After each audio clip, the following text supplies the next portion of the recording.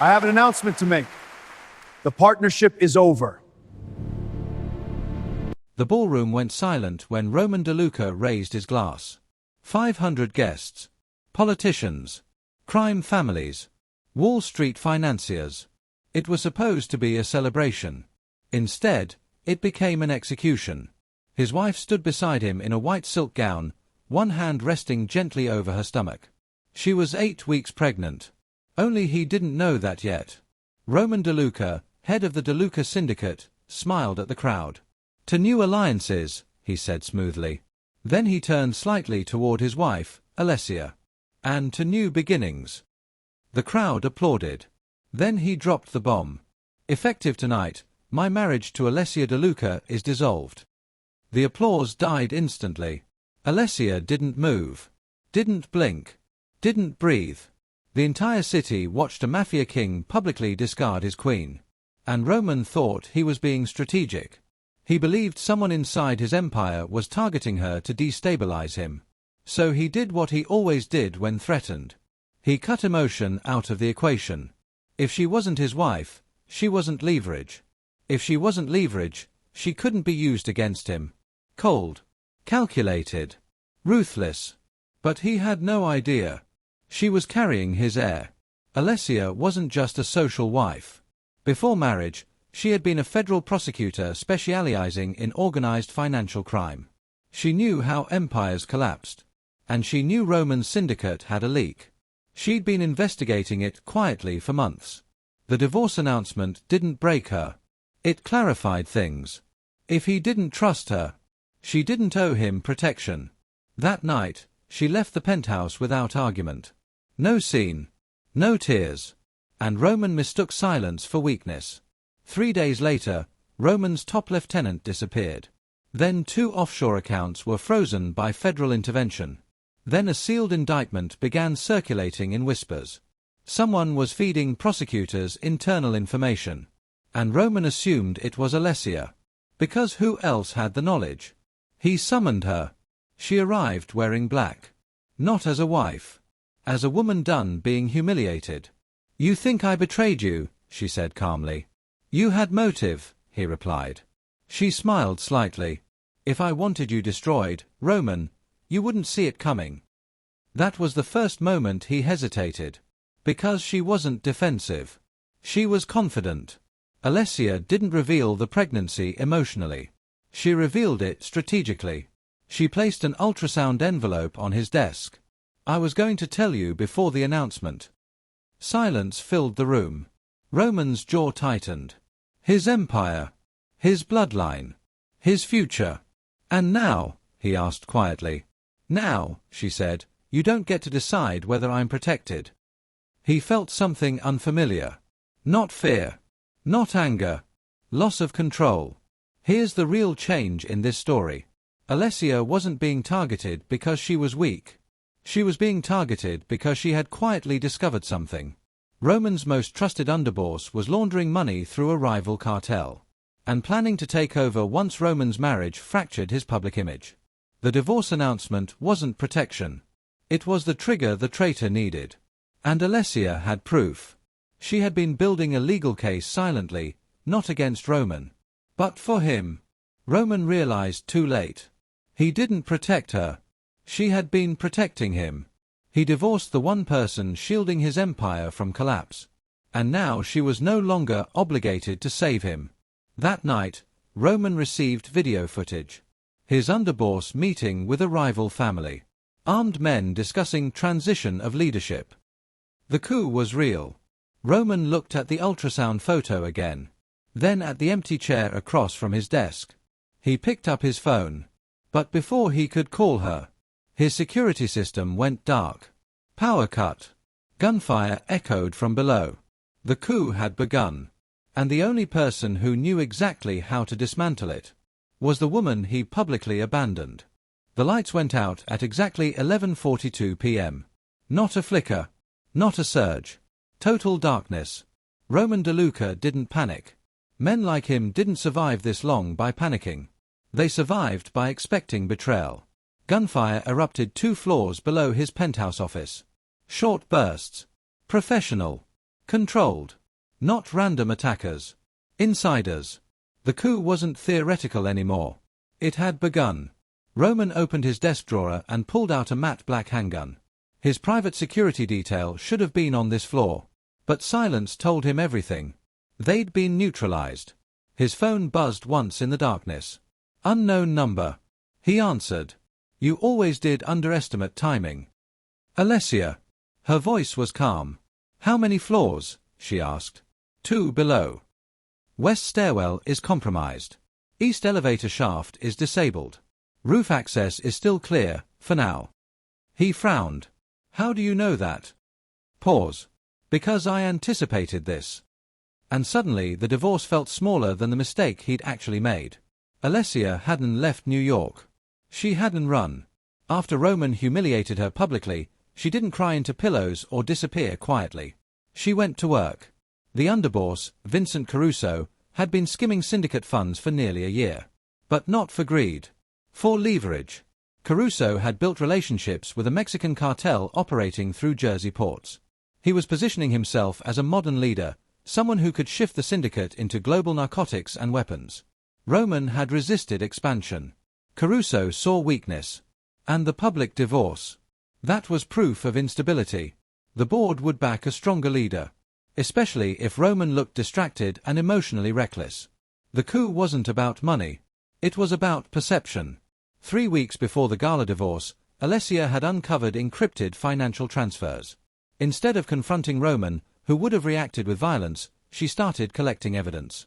She leveraged old federal contacts quietly. Not to indict Roman, but to freeze Caruso's shadow accounts at the right moment. Tonight was that moment. As Roman stepped into the dark hallway, he heard boots ascending the stairwell. Alessia's voice came through the phone again. Roof. Now. Where are you? Close enough. Roman pushed through the emergency exit onto the rooftop. Cold wind hit his face. New York skyline glittered below. A helicopter wasn't waiting. Instead, a black armored SUV skidded into the adjacent service ramp, controlled access route only 2 people knew about. One was Roman. The other was his wife. Alessia stepped out of the driver's seat. Black coat. Hair pulled back. Eyes steady. Not afraid. Not emotional. Prepared. Gunfire echoed below as Caruso's men breached the top floor. Roman crossed the rooftop toward her. You planned this, he said quietly. I planned contingencies, she corrected. He stopped inches away from her. You froze his accounts. Yes. You coordinated this. Yes. You didn't tell me. Her jaw tightened slightly. You divorced me before I could. That hit harder than the gunshots. They drove through Manhattan in silence. Behind them, the DeLuca penthouse burned, a symbolic strike. Caruso would announce Roman dead by morning. That was the plan. Until the offshore funds Caruso intended to use for loyalty payouts were locked. Until key captains began receiving sealed files exposing his cartel agreements. Files Alessia had prepared. Roman finally spoke. You could have walked away. Yes. And let it burn. Yes. Why didn't you? She looked straight ahead. Because my child doesn't inherit ashes. The word my was deliberate. Not ours. My child. Roman felt something fracture inside him. For the first time, this wasn't about power. It was about fatherhood. And he had already failed once. The safe house. Alessia didn't take him to one of his properties. She took him to one of hers. A discreet brownstone in Brooklyn registered under a shell company tied to her old law firm. Roman stepped inside and realized something quietly terrifying. She had built a parallel safety net independent of him. You never stopped preparing for betrayal, he said. No, she replied softly. I just didn't expect it from you. Silence filled the room. The emotional tension was heavier than the coup itself. By morning, Caruso's accounts were frozen. A federal pressure quietly mounted. 3 captains switched allegiance back to Roman. Rumors spread that Roman staged his own disappearance. Caruso made one mistake. He underestimated Alessia. He assumed she was discarded. But in Mafia politics, perception is power. And when whispers began circulating that Roman and Alessia were secretly united, the board hesitated. A united king and queen was far more dangerous than a fractured one. Later that night, Roman found the ultrasound image on the kitchen table. He picked it up slowly. "How far?" he asked. 10 weeks. He swallowed. "And you were going to tell me before the gala?" "Yes." "And now?" She finally looked at him. "Now I don't know who you are." That landed. Because Roman realized something brutal. The coup wasn't the only thing threatening his empire. It was the loss of her trust. He stepped closer, carefully. "I thought distancing you would keep you safe." She shook her head. "You don't protect me by removing me. You protect me by standing beside me." There it was. The lesson. Not about power. About partnership. As tension softened slightly between them, Roman's encrypted phone buzzed. New message. Video file. Caruso standing beside a rival crime family boss in Jersey. And beside them, a federal prosecutor Alessia once worked with. The coup wasn't just internal. It was political. Caruso had federal protection in exchange for turning over Roman. And Alessia's past connections were now a liability. Roman looked at her slowly. "They're going to use your history against us." She didn't flinch. "Then we move first." Her eyes were different now. Not just protective. Strategic. Dangerous. Roman finally understood. He hadn't just married a former prosecutor. He married a woman who could dismantle empires legally while he did it violently. And if they truly aligned, there wouldn't be a coup. There would be a massacre. By sunrise, Roman DeLuca was officially dead. At least according to the streets. Caruso moved fast. He announced Roman's assassination in a controlled explosion at the penthouse. He promised stability. He promised expansion. He promised profit. The board of directors scheduled an emergency vote to confirm him as acting head of the DeLuca syndicate. It was clean. Strategic. Calculated. There was only one flaw. Roman was alive. And he was sitting across from the one woman who knew exactly how to destroy Caruso without firing a single bullet. Brooklyn safe house, 6:12 a.m. Alessia stood in front of a wall covered in printed financial transfers, shipping routes, and federal case summaries. Roman watched her work. Focused. Sharp. Controlled. "You don't win this with retaliation," she said calmly. "I win everything with retaliation." That's why he expected it. She turned toward him. "If you go violent immediately, the federal protection activates. Caruso hands you over as collateral and walks free under immunity." Roman's jaw tightened. He hated being told to wait. But she wasn't guessing. She knew the system. "What do you suggest?" he asked. Her eyes darkened slightly. "We let him believe he's already won." Caruso believed 3 things. Roman was emotionally unstable after the divorce. Allesia was isolated. The board would favor profit over loyalty. So Allesia attacked those assumptions. She began leaking subtle misinformation. Anonymous tips suggested Roman had staged his death intentionally. Whispers spread that hidden DeLuca reserves were locked behind biometric keys only Roman possessed. 2 captains received proof that Caruso had negotiated profit splits without their knowledge. Doubt spreads faster than bullets. And fear spreads faster than doubt. By afternoon, Caruso's certainty began to crack. That night, Roman found Alessia sitting alone in the dim kitchen light. Her hand rested on her stomach unconsciously. He stopped in the doorway. "I should have told you the threat was internal," he said quietly. "You should have trusted me." He nodded once. Silence lingered. Then he stepped closer. "I built my empire believing love was a liability." She didn't respond. "I was wrong." It wasn't dramatic. It wasn't poetic. But for Roman, it was confession. Alessia studied him carefully. "You don't get redemption in one sentence." "I know. And I won't raise a child inside chaos. I won't let that happen." She searched his face for control. She didn't find it. She found something else. Humility. That scared him more than any rival ever had. By evening, Caruso grew impatient. He needed Roman's body. Proof. Closure. So he escalated. He abducted one of Roman's most loyal captains and publicly tortured him on a live feed sent privately to the board. Message received, "Choose strength." Roman watched the footage in silence. Then he turned to Alessia. "This ends tonight. She didn't argue. She just handed him a folder. Inside, a Caruso's cartel contracts, a offshore laundering documents, a recorded meetings, a evidence of federal negotiation. You release this to the board first, she said. Then you remove him. Strategic before violent. Always. Roman realized something undeniable.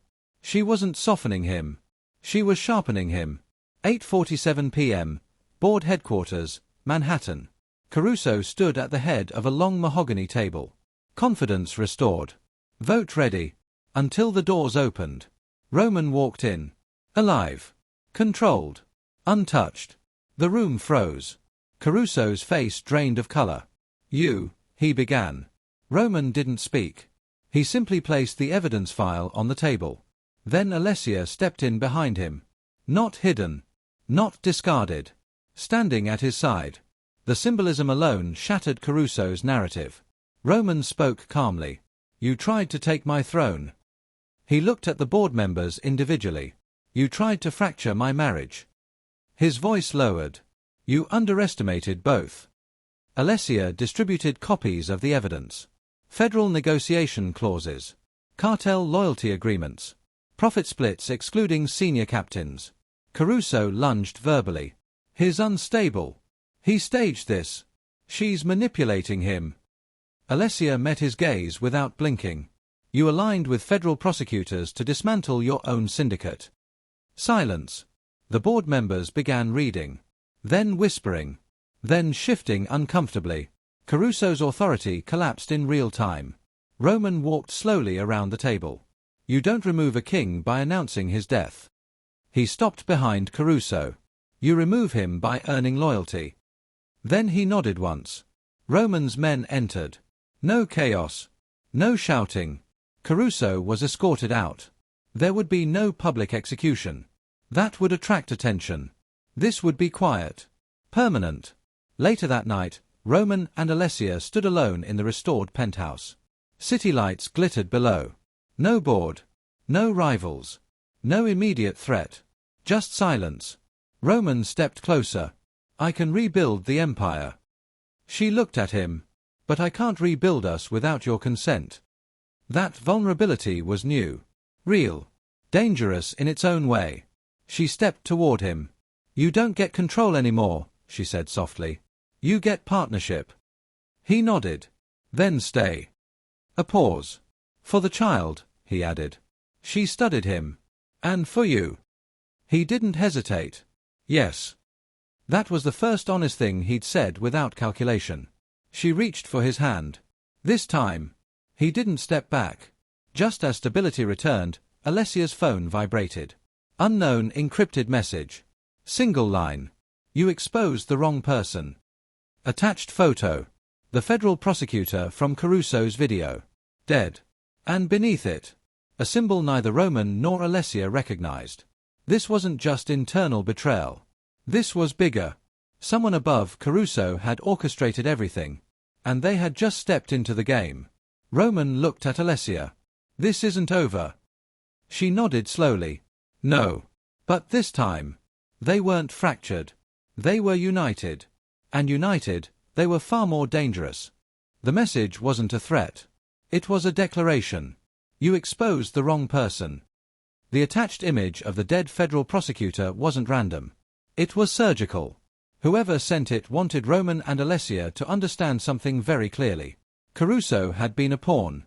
There was someone higher. Smarter. Untouched. 3 days later, intelligence surfaced through Roman's underground channels. The symbol in the photo belonged to a covert financial consortium operating through Miami, Houston, and offshore Caribbean ports. Not a cartel. Not a mafia family. Something quieter. They didn't sell drugs. They controlled infrastructure. Private ports. Shipping routes. Energy corridors. They didn't want Roman's territory. They wanted his distribution network. Caruso's coup wasn't about replacing Roman. It was about softening the DeLuca syndicate for acquisition. And Alessia's evidence drop had disrupted a much larger plan. Which meant they were now targets at a higher level. Roman stood in his penthouse office, staring at the skyline. Allesia entered quietly. You're thinking about war. I'm thinking about ending this permanently. She stepped closer. If we go violent, they'll escalate. If we do nothing, they'll circle back. Silence hung between them. Then she said something that changed everything. What if we don't fight them like a syndicate? He turned. What are you suggesting? We stop acting like a crime family. He frowned slightly. She continued. They want your infrastructure. Fine. We legitimize it. He stared at her. You want me to go corporate? I want you untouchable. Over the next week, Alessia activated her deepest connections. Former legal colleagues. Quiet federal intermediaries. Investment groups with questionable but technically lawful portfolios. Roman didn't abandon power. He evolved it. The DeLuca syndicate began restructuring under a new holding entity. DeLuca International Logistics. Shipping. Port management. Private security contracts. The illegal branches weren't erased. They were buried under layers of corporate insulation. Clean on paper. Strategic in reality. And suddenly, the consortium couldn't attack without exposing themselves. Because attacking Roman now meant attacking legitimate American infrastructure. A private meeting was requested. Neutral territory. Palm Beach estate. High-level security. Roman insisted on attending alone. Alessia disagreed. We stand together, she said firmly. So they arrived together. The mastermind was not a gangster. He was a billionaire energy magnate named Harrison Vale. Polished. Controlled. Old money. He smiled when they entered. You adapted faster than expected. Roman didn't sit. You miscalculated. Vale leaned back casually. You were emotional. Public divorce. Internal fracture. It was predictable. Alessia stepped forward slightly. You built your strategy around a broken marriage. Vale's eyes shifted toward her. And now? She didn't blink. Now we're aligned. That was the real power shift. Vale studied them both carefully. You're dangerous together. Roman finally Saturday. And you're exposed. Vale's smile faded slightly. Because he understood the truth. Attacking Roman now meant triggering legal, corporate, and federal blowback. The takeover opportunity had vanished. The empire wasn't weak. It had transformed. Vale offered a deal. Joint infrastructure expansion. Shared port access. Silent partnership. Roman could have accepted quietly. Instead, he countered. You invest minority stake. Vale raised a brow. You're dictating terms. Roman leaned forward. You misread my wife. That cost you Caruso. Alessia placed a folder on the table. Inside were documents outlining Vale's quiet regulatory violations. Nothing explosive. But enough leverage. Vale understood. This wasn't blackmail. It was negotiation from strength. After a long pause, he nodded. Minority stake. Deal struck. Not through violence. Through evolution. Weeks later, New York buzzed with quiet rumors. The DeLuca syndicate was stronger than ever. Now legally fortified. Politically insulated. In the penthouse nursery, soft light filled the room. Alessia stood by the crib, one hand resting on her now visible pregnancy. Roman entered quietly. No security briefings, she teased softly. Delegated. He stepped closer. You were right. She glanced at him. About. Standing beside me.